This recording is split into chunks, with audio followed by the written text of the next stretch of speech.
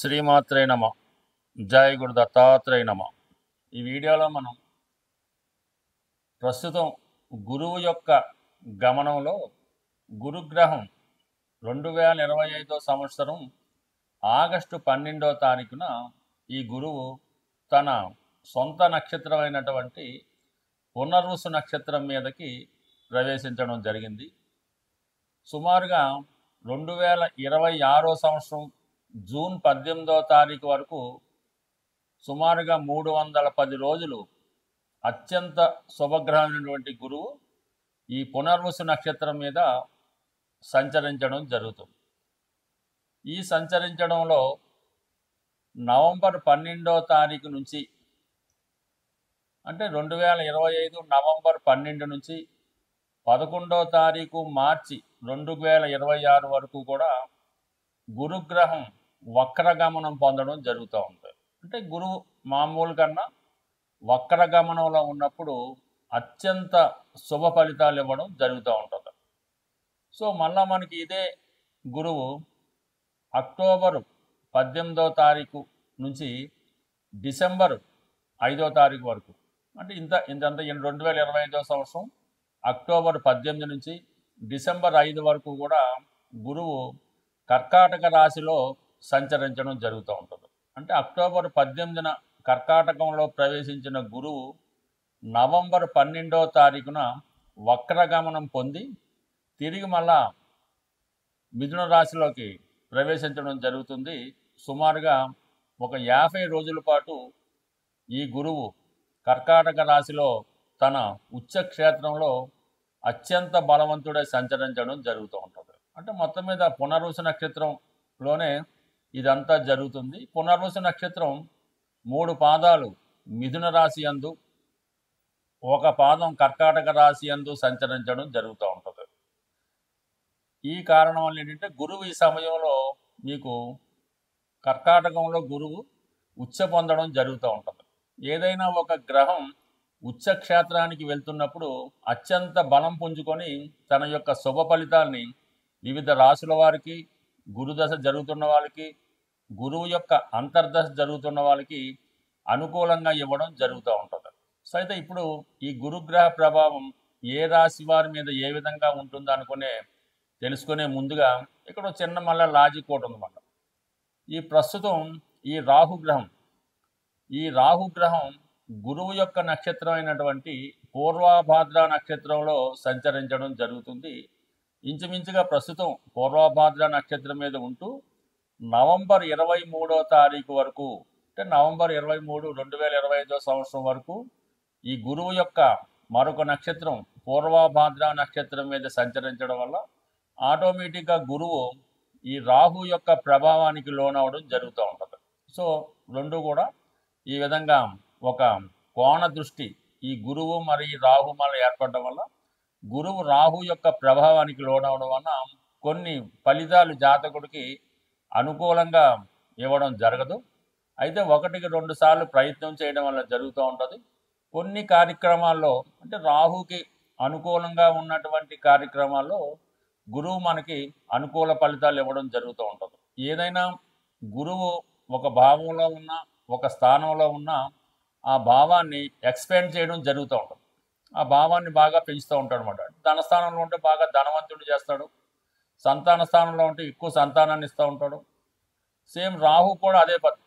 రాహు కూడా ఏ భావంలో ఉన్నా ఆ భావాన్ని తన యొక్క పద్ధతిలో అంటే తనదైన మార్పు సృష్టించే విధంగా పెంచుతూ ఉంటాడు. ఏదైనా ఒక అనెతికల్ ఉందనుకోండి, ఏదైనా ఒక అనెతికల్ అంటే మామూలుగా ఏదంటే ఒక చెడ్డ అలవాట్లు ఉంటే దాన్ని బాగా పెంచుతూ ఉంటాడు. ఒక వ్యభిచారం అవ్వచ్చు, ఒక స్మగ్లింగ్ అవ్వచ్చు, ఇవన్నీ కూడా రాహు యొక్క లక్షణాలు. రాహు ఏదైనా ఒక విషయాన్ని విపరీతంగా పెంచి మళ్ళీ సడన్గా దానివల్ల డౌన్ఫాల్ ఇస్తూ ఉంటాడు. సో ఇప్పుడు ఈ రాహు మనకి నవంబర్ 12 వరకు, రాహు నవంబర్ 23 వరకు మనకి ఈ పూర్వభాద్ర నక్షత్రంలో సంచరించడం వల్ల గురువు అప్పటి వరకు కొన్ని మిశ్రమ ఫలితాలు ఇస్తూ దాని తర్వాత నుంచి నవంబర్ 23 నుంచి ఇంచుమించుగా మనకి జూన్ 2018 వరకు జాతకుడికి శుభ ఫలితాలు ఇవ్వడం జరుగుతూ ఉంటుంది.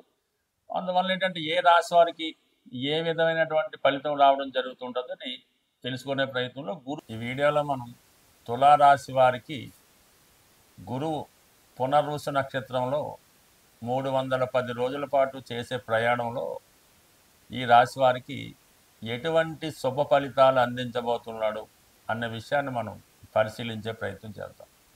అంటే పర్టికులర్గా ఏదైనా ఒక గ్రహం గోచారీత్యా ఏ రాశిలో ప్రవేశిస్తే ఆ రాశి అధిపతి ఫలితాలు ఇవ్వాల్సి ఉంటుంది.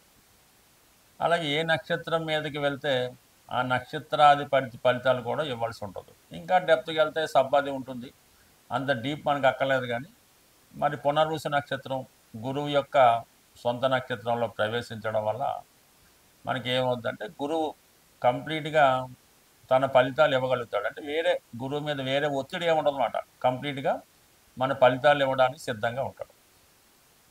తులారాశి వారికి గురువు తృతీయ షష్టాధిపతి. ఈ రాశ్యాధిపతి శుక్రుడికి శత్రుగ్రహం అవటం వల్ల మరి అంత సమమైన ఫలితాలు ఇవ్వలేకపోతూ ఉంటాడు. అయితే సహజంగా శుభగ్రహాలు ఎప్పుడు కూడా చెడ్డ ఫలితాలు అయితే ఇవ్వవు. మంచి ఫలితాలు కూడా చాలా వరకు ఎంతవరకు అవసరమే అంతవరకు ఇస్తూ ఉంటాయి. అంటే శుక్రుడే మహామేధావి. అటువంటి శుక్రుడికి గురువు తను ఏదైనా మంచి మార్గంలో వెళ్ళనప్పుడు సరైన మార్గంలో పెట్టే ప్రయత్నం గురువు చేయడం జరుగుతూ ఉంటుంది. ఇప్పుడు ఈ తులారాశి వారికి శుక్రుడు 9వ స్థానంలో ఉన్నాడు. అంటే 9వ స్థానం అన్నప్పుడు ఆటోమేటిక్గా ధర్మ త్రికోణాన్ని యాక్టివేట్ చేస్తాడు. 1, 5, 9. అంటే సాధారణంగా ఈ తులారాశి వారికి ప్రస్తుతం పూర్తి ఫలితాలు పొందడం వల్ల తన నడవడిక మార్చుకుంటారు, మంచి ప్రయత్నాలు చేస్తూ ఉంటారు, దైవభక్తి పెరుగుతుంది, ఒక క్రమశిక్షణతో, ఒక పద్ధతిగా, ఒక డిగ్నిఫైడ్గా, ఒక డీసెంట్గా ఉండడానికి ప్రయత్నం చేస్తూ ఉంటారు. చిన్న చిన్న బలహీనతలు ఉంటే దాన్ని నుంచి బయటపడి ఒక కార్యక్రమాన్ని చేపడుతుంటారు అన్నమాట. అంటే రోజు మనం 6 గంటలకు లెగాలి, టెంపుల్కి వెళ్ళాలి, ఏదో కొంత వాకింగ్ చేయాలి. ఇవన్నీ కూడా కొంత పర్ఫెక్ట్గా టైం టు టైం పూర్తి చేస్తారు. ముఖ్యంగా ఆరోగ్యం మీద శ్రద్ధ పెడతారు, దైవభక్తి పెరుగుతూ ఉంటుంది. 5వ భావం యాక్టివేట్ అవ్వడం వల్ల పిల్లల యొక్క అభివృద్ధి మీకు సంతోషాన్ని కలిగిస్తూ ఉంటుంది. ఎస్పెషల్లీ మీలో ఉన్నటువంటి టాలెంట్కి, విద్వత్తుకి తగినటువంటి గుర్తింపు రావడం జరుగుతూ ఉంటుంది. ఈ సమయంలో మీరు ఏదన్నా ఒక ప్రాజెక్ట్ తయారు చేయాలన్నా, ఒక పుస్తకం రాయాలన్నా, మీలో ఉన్నటువంటి కళని రుజువు చేసుకోవాలన్నా ఇది అనుకూలమైనటువంటి సమయం. అంటే ఎక్కువగా ఈ తులారాశిలో అటు సినిమా రంగానికి, సెలబ్రిటీ రంగానికి ఎక్కువగా వాళ్ళు ప్రాధాన్యత ఇస్తూ ఉంటారు. అటువంటి వారికి ఒక మీరు ఫ్యాషన్ రంగంలో ఉన్న, ఒక గోల్డ్ వర్క్స్లో ఉన్న, సినిమా రంగంలో ఉన్న, లేదంటే సాఫ్ట్వేరు, ఫైనాన్సు, ఆటోమొబైల్ ఏ రంగంలో ఉన్న వారికైనా వారిని వారు కొత్తగా ప్రజెంట్ చేసుకుంటారు. అలాగే వారిని వారు చాలా వరకు ఇంప్రూవ్మెంట్ అవ్వడం కూడా జరుగుతూ ఉంటుంది. అలాగే మరి విదేశ ప్రయత్నాలు కంపల్సరీగా ఈ సమయంలో అది ఏ వృత్తిలో అయినా ఆ వృత్తిరీత్యా విదేశ వ్యవహారాలు, విదేశ ప్రయత్నాలు కలిసి వస్తాయి. ఎస్పెషల్లీ పుణ్యక్షేత్రాలు దర్శించాలి అనుకుంటే వారికి ఇది చాలా కలిసి వచ్చే సమయం. ఎంత దూరంలో ఉన్నదైనా, ఎంత గొప్ప పుణ్యక్షేత్రమైనా దాన్ని సందర్శించాలని మీ ఆశయం నెరవేరుతుంది. మీరు దర్శించే పుణ్యక్షేత్రంలో కూడా చాలా అనుకూలంగా మీకు అన్ని రకాలుగా మీరు హ్యాపీగానే ఆ యాత్ర దిగ్విజయంగా పూర్తి చేయగలుగుతారు. ఎస్పెషల్లీ ఉన్నత విద్యా అవకాశాలు కూడా ఈ సమయంలో రావడం జరుగుతుంది. దీని అంతటికీ మించి ఈ రాశి వారికి అక్టోబర్ 18 టు డిసెంబర్ 5 మధ్యలో గురువు కర్కాటక రాశిలో ప్రవేశిస్తూ ఉన్నారు. అంటే దశమ స్థానంలోకి ప్రవేశించడం వల్ల అది చంద్రుడి యొక్క రాశి, గురువు ప్రవేశిస్తున్నాడు, పైపెచ్చి వక్రగమనంలో ఉన్నాడు, ఇంకొక ఉచ్చ స్థాయిలో ఉన్నాడు. కంప్లీట్గా వృత్తిలో ఒక డబుల్ ప్రమోషన్ లాంటిది మీకు రావడం జరుగుతూ ఉంటుంది. మరి సినిమా పరిశ్రమలో ఉన్న వాళ్ళకైతే అత్యంత శుభ ఫలితం రావడం జరుగుతూ ఉంటుంది. వృత్తిలో మార్పుకి ఎవరైనా ప్రయత్నాలు చేస్తుంటే ఆ మార్పు మీకు అనుకూలంగా ఉంటుంది. చాలా మల్టిపుల్గా మీ యొక్క టాలెంట్ని రుజువు చేసుకోవడం జరుగుతూ ఉంటుంది. అంటే మీ యొక్క ప్రావీణ్యత, ఈ తెలివితేటలు ఒక 3 రకాలుగా మీరు దాన్ని రుజువు చేసుకోగలుగుతుంటారు. అంటే గతంలో ఈ ఎన్టీ రామారావు గారు ఆయనది కూడా తులాలగ్నం అవటం వల్ల ఒకేసారి ఒక 3 రకాల బాధ్యతలు వహిస్తూ ఉండేవారు. అంటే డైరెక్టర్ చేస్తూ ఉండేవారు, హీరో చేస్తూ ఉండేవారు, ఆఖరికి విలన్‌గా కూడా చేస్తుండేవారు. ఆ విధమైనటువంటి టాలెంటు ఎస్పెషల్లీ ఈ తులారాశి వారికి ఈ సమయంలో రాబోతుంది. ఏదైనా మీరు ఈ అక్టోబర్ 18, డిసెంబర్ 5 మధ్యలో ఎటువంటి గొప్ప ప్రాజెక్ట్ స్టార్ట్ చేసినా, ఒక రాజకీయ రంగ ప్రవేశం చేసినా, కొత్తగా పార్టీ పెట్టాలన్నా, కొత్తగా ఒక ఇండస్ట్రీ పెట్టాలన్నా కంప్లీట్‌గా మీకు సహకరించడం జరుగుతూ ఉంటది. ఏదైనా ఒక మంచి ప్రయత్నం మంచి సమయంలో ప్రారంభిస్తే అది కంప్లీట్‌గా సక్సెస్ అవుతూ ఉంటది. సో, గురువు కంపల్సరీగా మీకు మరి ఈ దశమ స్థానంలోకి రావడం వల్ల 2, 6, 10 భావాలు యాక్టివేట్ చేయడం వల్ల వృత్తిలో ఇప్పటిదాకా మీరు చేరుకొని ఉన్నత స్థాయికి చేరుకోవడం జరుగుతూ ఉంటది.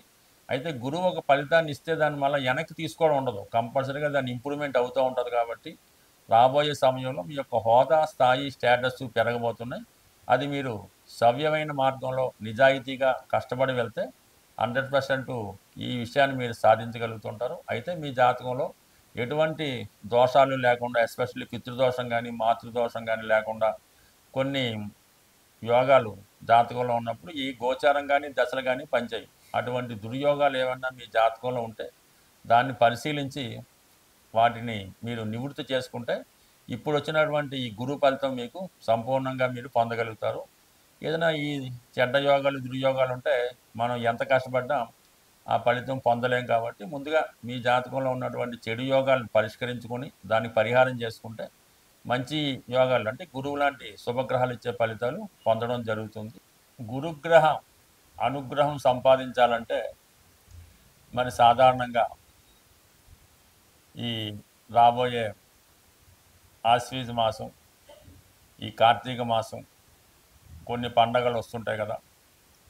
కార్తీక మాసంలో ఎస్పెషల్లీ మీరు ఏదైనా ఒక శివమాల ధరించిన, వెంకటేశ్వర స్వామికి సంబంధించినటువంటి మాల ధరించిన, లేదంటే రేపు దసరాలో అమ్మవారికి సంబంధించిన సంకల్పం తీసుకొని మాల ధరించిన, లేదు అయ్యప్ప స్వామి దీక్ష తీసుకున్న, ఏదో ఒక దీక్ష మీరు అది 40 రోజులు, అర్ధమండలం, 8 రోజులు మీ యొక్క సంకల్పాన్ని బట్టి భగవంతుడు మీకు ఇచ్చిన అవకాశాన్ని బట్టి ఇటువంటి దీక్ష మీరు చేయడం వల్ల మీకు గురువు యొక్క అనుగ్రహం తొందరగా లభించే అవకాశం ఉంది. సాధారణంగా గురువు అటు మీ యొక్క కులగురువుని కానీ, ప్రస్తుతం మనకు ఉన్నటువంటి దత్తాత్రేయుడు, రాఘవేంద్ర స్వామి, సాయిబాబా వారు అంటే ఎవరి నమ్మకం వాళ్ళది ఆ గురువుని సేవించడం, లేదు తల్లిదండ్రులను సేవించడం, విద్య నేర్పిన గురువుని సేవించడం, దానివల్ల మీకు గురువు యొక్క అనుగ్రహం లభిస్తుంది. చాలా సింపుల్గా ఒక మంచి పసుపు కొమ్ము తీసుకొని అది మీరు వ్యాపారస్తులైతే మీరు క్యాష్ బాక్స్లో పెట్టుకోండి, అలాగే ఒక పసుపు కొమ్ము మీ పాకెట్లో పెట్టుకోండి, లేదంటే అది దండకి కట్టుకోవడం వల్ల కూడా అంటే పసుపు కొమ్ము మీ దగ్గర ఉండడం వల్ల గురుగ్రహ అనుగ్రహం లభిస్తుంది. అదే గురువారం రోజు దైవాన్ని పూజించడం అంటే గురువారానికి గురువు అధిపతి అవుతుంటాడు. ఆ గురువారం రోజు మీరు ఏ దైవాన్ని పూజించినా ఆ సంకల్పం మీకు రావడం జరుగుతూ ఉంటుంది. బట్ ఏదైనా గురువు యొక్క అనుగ్రహం పొందాలంటే ఎక్కువగా పసుపు వాడటం, పసుపు రంగు వస్త్రాలు ధరించడం, అలాగే పసుపుతో చేసినటువంటి వినాయకుడిని ప్రతిరోజు పూజించుకోవడం వల్ల కంప్లీట్గా మీకు గురువు యొక్క అనుగ్రహం లభిస్తూ ఉంటుంది. లేదు నవగ్రహాల్లో ఉన్నటువంటి గురువు యొక్క స్తోత్రాన్ని పారాయణం చేయడం వల్ల అనేక కారణాలు చాలా సింపుల్గా కూడా మీరు గురువు యొక్క అనుగ్రహం పొందవచ్చు. కేవలం విఘ్నేశ్వరుని గరికతో అర్చించడం వల్ల అయితేనే, వెంకటేశ్వర స్వామిని తులసి దళాలతో పూజించడం వల్ల అయితేనే, శివుణ్ణి శుభ్రమైనటువంటి గంగాజలంతో అభిషేకం చేయడం వల్ల అయితేనే, సో ఏ కార్యక్రమం చేపట్టినా కంప్లీట్గా మీకు గురుగ్రహ అనుగ్రహం లభిస్తుంది. గురుగ్రహ అనుగ్రహం ఉంటేనే జీవితంలో అదృష్టం దొరుకుతుంది. సో ఏదైనా మరి గురువు యొక్క అనుగ్రహం ప్రతి ఒక్కరు కూడా చాలా సులభంగా పొందవచ్చు. మీరు పెద్ద కష్టపడకుండా సులభంగా మన గురువులు చెప్తున్నటువంటి అంటే చాగంటి కోటేశ్వరరావు గారు, సామవేదం షణ్ముఖ శర్మ గారు వారు చెప్పినటువంటి ప్రసంగాలు విన్నా కూడా గురుగ్రహ అనుగ్రహం తప్పక లభిస్తుంది. స్వస్తి.